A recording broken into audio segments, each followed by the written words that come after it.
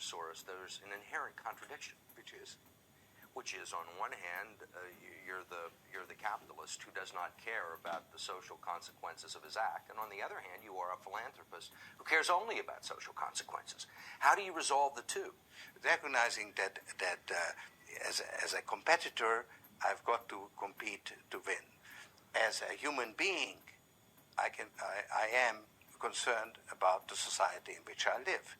Which George Soros am I talking to now? The amoral George Soros or the moral George Soros?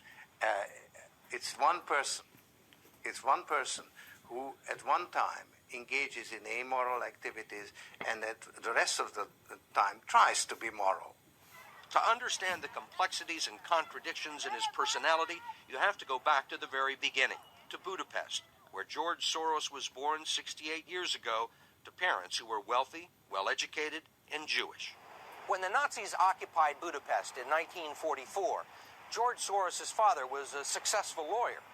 He lived on an island in the Danube and liked to commute to work in a rowboat. But knowing there were problems ahead for the Jews, he decided to split his family up. He bought them forged papers, and he bribed a government official to take 14-year-old George Soros in and swear that he was his Christian godson. But survival carried a heavy price tag. While hundreds of thousands of Hungarian Jews were being shipped off to the death camps, George Soros accompanied his phony godfather on his appointed rounds, confiscating property from the Jews. These are pictures from 1944 of what happened to George Soros' friends and neighbors. You're a Hungarian Jew who escaped the Holocaust by posing as a Christian. Right. And you watched lots of people get shipped off to the death camps. Right. I was 14 years old. And I would say that that's when my character was made. In what way? That one should think ahead, one should understand and anticipate events, and one is threatened. It was a tremendous threat of evil. I mean, it was a very personal experience of evil. My understanding is that you went out with this protector of yours who swore that you were his adopted godson. Yes. Went out, in fact, and helped in the confiscation of property from the Jews. That's right. Yes. I mean, that sounds like an experience that would send lots of people to the psychiatric couch for many, many years. Was it difficult? Not at all. Not at all.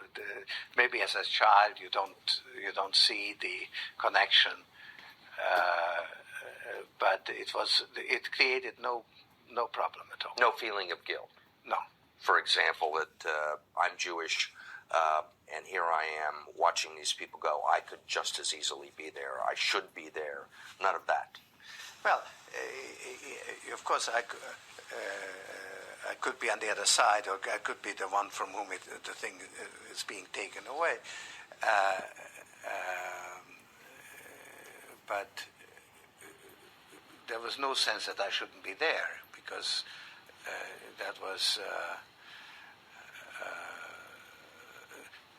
well, actually, funny way, it's just like in markets, that if I weren't there, of course I wasn't doing it, but somebody else would be taking it away anyhow. In other words, whether I was there or not, I was only a spectator.